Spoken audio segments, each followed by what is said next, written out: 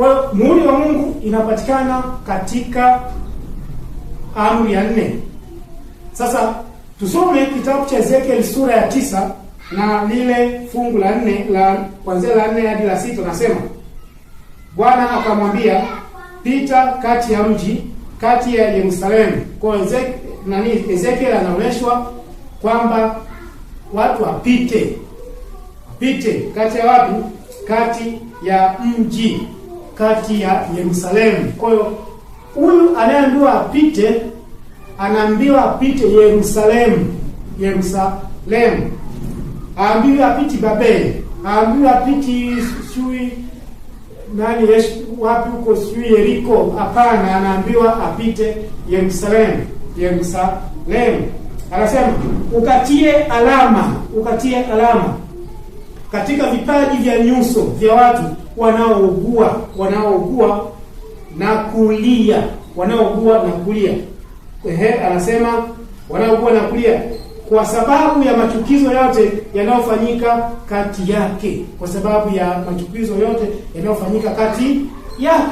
Kwa hiyo hii alama tuone tena katika kitabu hiki cha Ezekiel. Hii alama ni alama gani?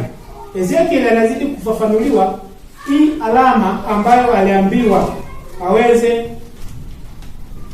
iweze kuwekwa juu ya watu wanaoungua na kulia, juu ya machafu yanayofanyika makanisani, juu ya machafu yanayofanyika katika dunia.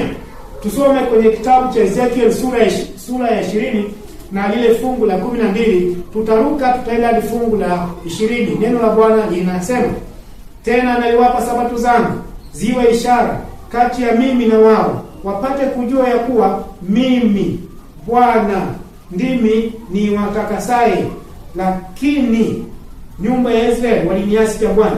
Kwa Mungu anasema kwamba tena alitoa sabato ziwe ishara kati ya gani? Kati yake yeye na nani? Na viumbe wake na watu wake. Haya, twende fungu la 20. Fungu la 20 anasema, zitakaseni sabato zangu, zitakuwa ishara kati ya mimi na nini, mpate kujua ya kuwa mimi ndimi Bwana Mungu wenu. Kwa hiyo ishara pekee inaonyeshwa kwamba mimi Mungu wangu ni yule aliye hai, aliyeumba mbingu na nchi. Ishara pekee ni sabato, siku ya saba. Kwa hiyo mpendwa msikilizaji na mtazamaji, tambua kwamba ishara pekee kati yako wewe na Mungu aliyekuumba ni siku ya saba ambayo ni sabato. Kwa hii ndio inaitwa muhuri gani? Hii ndio inaitwa muhuri wa Mungu. Sasa ukisoma kitabu hapa na kitabu cha Dhiki Kuu, ukurasa wa 115, kuna sura inasema muhuri wa Mungu. Anasema ni nini muhuri wa Mungu aliye hai? Kuna maneno ya chini hapa anasema utunzaji sahihi wa sabato ndio ishara ya utii wetu kwa Mungu. Kwa utunzaji sahihi, sio kutunza tu, sahihi ni ishara ya utii wetu kwa Mungu. Kwa utii kwa Mungu kwetu sisi kama Waadventista wa Sabato inapimwa katika swala la utunzaji wa sabato. Anasema wale ambao wangependa kuwa na muhuri wa Mungu juu ya vipaji vya nyuso zao ni lazima waitunze amri ya 4. Kwa hiyo tunapozungumzia muhuri wa Mungu, moja kwa moja tunazungumzia habari ya siku ya saba ambayo ni sabato. Sasa nabii wa Mungu aliona kwamba kati ya watu 20 hakuna hata mmoja. Ina maana kwamba hakuna ambaye atapata muhuri wa Mungu. Hakuna ambaye atapata muhuri wa Mungu. Anaeleza sasa sababu ambazo zitasababisha watu kutopokea muhuri wa Mungu. Waadventista Sabato wengi kutopokea muhuri wa Mungu. Haya. Jambo la kwanza anasema, sasa hapa anaelezea wale watakaopewa muhuri wa Mungu wanatakiwa wawe na sifa zipi. Maana hiyo ni kinyume kwa wale ambao watakosa muhuri wa Mungu. Ni kinyume kwa wale ambao watakosa muhuri wa Mungu. Anasema wale watakaotiwa muhuri, anasema watakuwa na tabia kamilifu, watakuwa na tabia kamilifu. Anasema, je, tunautafuta ukamilifu wake tukidumu kukaza mwendo ili kukifikia kiwango kilichowekwa mbele yetu, yaani ukamilifu wa tabia yake. Kwa wale watakaopokea muhuri wa Mungu inatakiwa wawe na tabia gani? Tabia ya Kristo, tabia ya Kristo, tabia ya Kristo. Na asema wakati watu wa Mungu watakapofikia kiwango hicho, ndipo watakapotiwa muhuri katika vipaji vya nyuso zao. Kwa hiyo tabia, jambo la kwanza kabisa anasema kwamba ni lazima tufikie tabia kamilifu. Yaani tabia ya Yesu iwe tabia yetu. So tabia yetu tutake kumwambukiza Yesu. Tabia ya Yesu iwe tabia yetu. Kwa kama Yesu alikuwa ni mwizi, basi na sisi tuwe wezi wa zaka na sadaka. Lakini Yesu hakuwa mwizi wa zaka na sadaka. Yesu hakuwa mzinzi.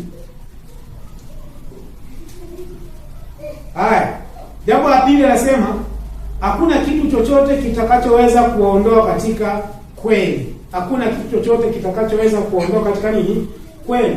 Anasema mara tu watu wa Mungu watakapokuwa wametiwa muhuri katika vipaji vya nyuso zao, si muhuri au alama yoyote inayoweza kuonekana kwa macho, bali ni kule kutulia katika kweli.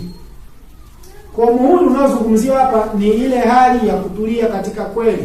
Sio kwamba itaandikwa hapa Sabato au Saba, hapana. Ni ile hali ya kutulia katika nini? Ukweli. Kwamba ukiambiwa kwamba huyu ni nguruwe, wewe utambue kwamba kweli huyu ni nani? Ni nguruwe. Sio unaambiwa huyu ni nguruwe, kumbe sio nguruwe. Kwa hiyo maana ya kutulia katika kweli ni kwamba hiyo ndio muhuri wa Mungu, kwamba dangano lolote likija, wewe uwe na uwezo wa kuweza kupambanua. Sasa kinachokusaidia kupambanua kwamba huu ni ukweli au ni uongo ni Roho Mtakatifu anayekaa ndani yetu. Sasa ikiwa tuna Roho Mtakatifu hajakaa ndani yetu, ina maana kwamba atakaye tuongoza ni roho wa Shetani. Kwa kuna hatari kubwa sana ya kukosa Roho Mtakatifu. Anasema jambo la tatu anasema wanafanana na Kristo. Wanafanana na Kristo. Kwa hiyo nabii wa Mungu anasema kwamba ni lazima pia tufanane na nani? Na Kristo. Jambo la kwanza, watakuwa na tabia kamilifu. Jambo la pili, yani tunatakiwa tuweke neno la Mungu kichwani, roho nabii kichwani, kwamba ikija danganyo lolote, ikija fundisho lolote, tuseme hii ni kweli, hii ni nini? Ni uongo. Sasa mara nyingi sisi tunapokea tu one voice. Haya, endelee na hiyo voice taona. Kwa hiyo ni lazima tutulie katika ukweli, kwamba huu ni ukweli, huu ni uongo, ni uongo. Kwa hata madanganyo yatakapokuja tutaweza kupambanua. Sasa shida hatusomi, shida hatutaki kujifunza. Haya, jambo la nne anasema ni washindi. Anasema wale wanaoshinda ulimwengu, mwili na yule mwovu. Na yule nini? Mwovu. Watapendelewa kwa kupokea muhuri wa Mungu aliye hai. Anasema ni lazima wawe washindi. Lazima wawe nini? Lazima wawe washindi. Washindi wa nini? Washindi moja, kazungumzia ulimwengu. Kazungumzia nini? Ulimwengu. Ni lazima tuwe washindi wa ulimwengu. Sasa ili somo lake liko mbele, tunaweza kushindaje ulimwengu? Lakini pia ni lazima tuwe washindi wa mwili. Tuwe washindi wa nini? Wa mwili. Tusiwe na watu wa miemko tu. Tusiwe watu wa miemko tu. Lazima tushinde nini? Mwili. Lakini pia anasema na yule mwovu, lazima tumshinde nani? Mwovu. Tumshinde mwovu. Watapendelewa kwa kupokea muhuri wa Mungu aliye hai. Kwa hiyo mara nyingi tunaona kwamba kuna vitu vingi vya ulimwengu tunashindwa kuvishinda. Unakuta watu siku ya Sabato wanaangalia Simba na Yanga, amefungwa na rudi kachukia, anapiga mangumi watoto, anasema yeye anasafiri kwenda mbinguni. Mbingu gani hiyo? Hiyo mbingu gani unapiga watoto? Haya. Lakini pia lazima tushinde mwili, tamaa za nini? Za mwili. Lakini pia lazima tumshinde nani? Yule mwovu. Lazima tumshinde nani? Shetani, tumshinde shetani. Bwana Yesu asifiwe. Amen. Sasa jambo lingine anasema wao ni lazima wawe safi. Wao ni safi na hawana wao ni safi na hawana nini? Yaani hawana doa. Ndio maana tunasoma kwamba wale wanaomfuata mwanakondoo hawatakiwi kuwa na hawatakiwi kuwa na doa lolote katika maisha yao.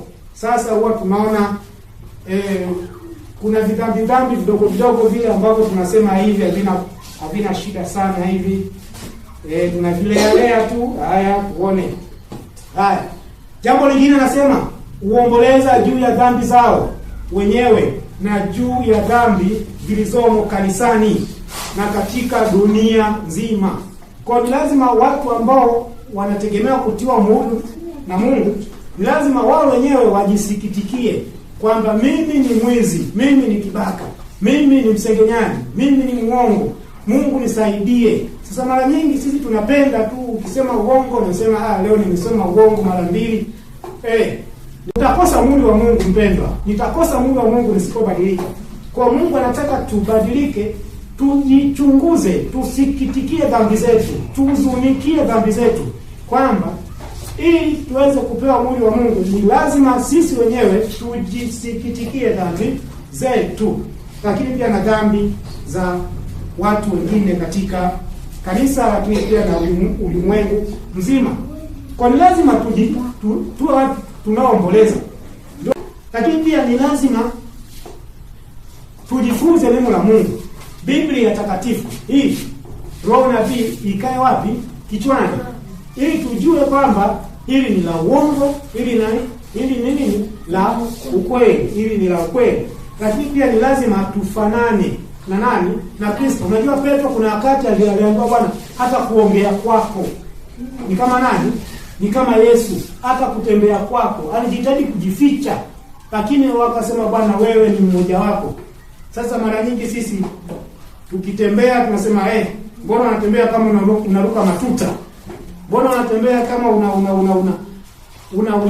unacheza sengeli? Tabia zetu hazionyeshi kwamba tunafanana na Kristo. Kwa hiyo lazima tupigwe, yaani tabia zetu zifanane na nani? Na Kristo. Tabia zetu zifanane, hapo ndipo tutapata nini? Tutapata mwili wa Mungu. Lakini pia ni lazima tuwe washindi wa dhambi. Lazima tuwe washindi wa dhambi. Tushinde ulimwengu, tushinde mwili, lakini pia tumshinde na nani? Na yule mwovu. Alafu inatakiwa tuwe safi, tusiwe na mbingu inapotutazama ione kabisa kwamba Justini ni mwinjilisti anahubiri, ana doa, ana dhambi katika vitabu vya kumbukumbu. Dhambi zake zote zimesitiriwa. Kwa hiyo huyu atapata upendeleo. Lakini pia anasema ni lazima tuomboleze, tuhuzunike juu ya dhambi zetu. Tuhuzunike juu ya dhambi zetu. Kwa hiyo katika sehemu hii tunaona kwamba Mungu anataka hivi vitu vyote hivyo ambavyo tumeviona ni lazima tuwe nini? Tuwe makini. Kwa hiyo watu wengi watakosa mwili wa Mungu. Kwa nini? Kwa sababu hatuna tabia ya nani? Ya Kristo. Hatuna tabia ya Kristo. Watu wengi watakosa mwili wa Mungu kwa sababu gani? Hatufanani na nani? Na Kristo. Watu wengi watakosa mwili kwa sababu gani? Hatujashinda ulimwengu, hatujashinda mwili, hatujashinda nini? Hatujamshinda huyu mwovu. Lakini pia watu wengi watakosa mwili wa Mungu kwa sababu sio safi, sio wasafi. Dhambi zetu bado zingali zikidumu katika vitabu vya kumbukumbu. Wakati Bwana anataka vitabu hivi dhambi hizi ziweze kuungana. Lakini pia watu wengi watakosa mwili wa Mungu kwa sababu wanafurahia dhambi. Wanafurahia nini? Dhambi.